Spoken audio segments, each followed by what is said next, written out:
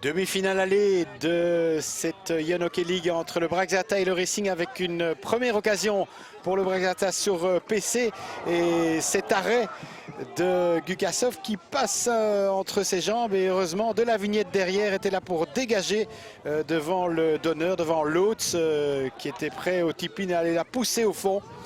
Grosse possibilité déjà pour le Bracks, bien en jambes dans cette rencontre, qui n'a pas encore beaucoup perdu de points dans cette année 2022.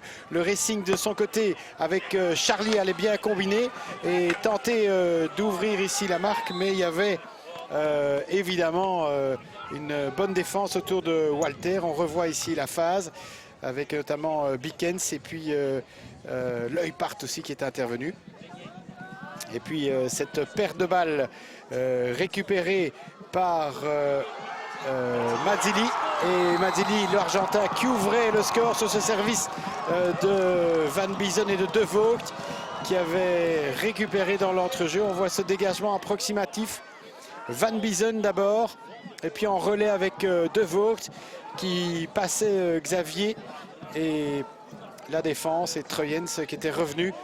Mais malheureusement pour le Racing, sans résultat. Mazzilli qui ouvrait le score donc à la 10e minute dans cette rencontre, mettant le Bracks aux commandes. Mazzilli qui n'allait pas s'arrêter en si bon chemin et qui allait encore nous gratifier d'une magnifique occasion que Walter avait failli conclure. Vous voyez encore le magnifique mouvement ici, la technique de Mazzilli et Walker à la reprise, mais Gukasov était attentif. De l'autre côté, le Racing avec de la vignette envoyé cette bonne balle vers Charlier que Cousins ne parvenait pas à mettre au fond. Il y avait Van Sertegem qui intervenait bien. On revoit encore cette passe tranchante et puis ce centre-tir de Charlier, bien dégagé par le petit Van Sertegem.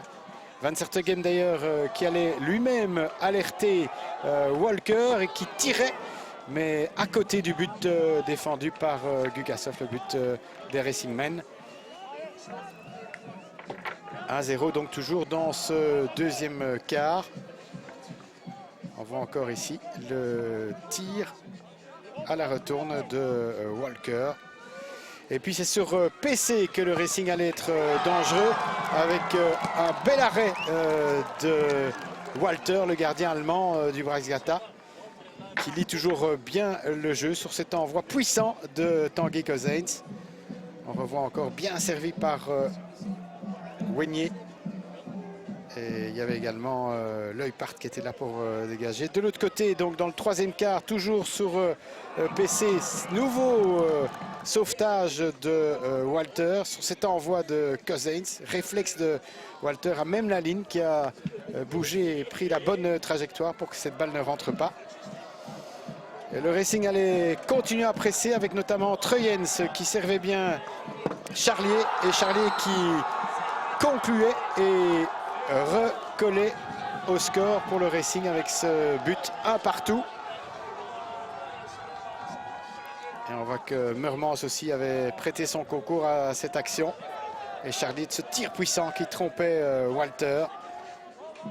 Toute la détermination de Cédric Charlier.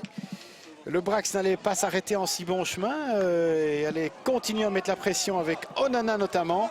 Et Adriansen et puis Mazzilli qui concluait cette action collective du Bracks-Ghata. Deuxième but pour Augustin Mazzilli. On voit Onana au départ de la phase et puis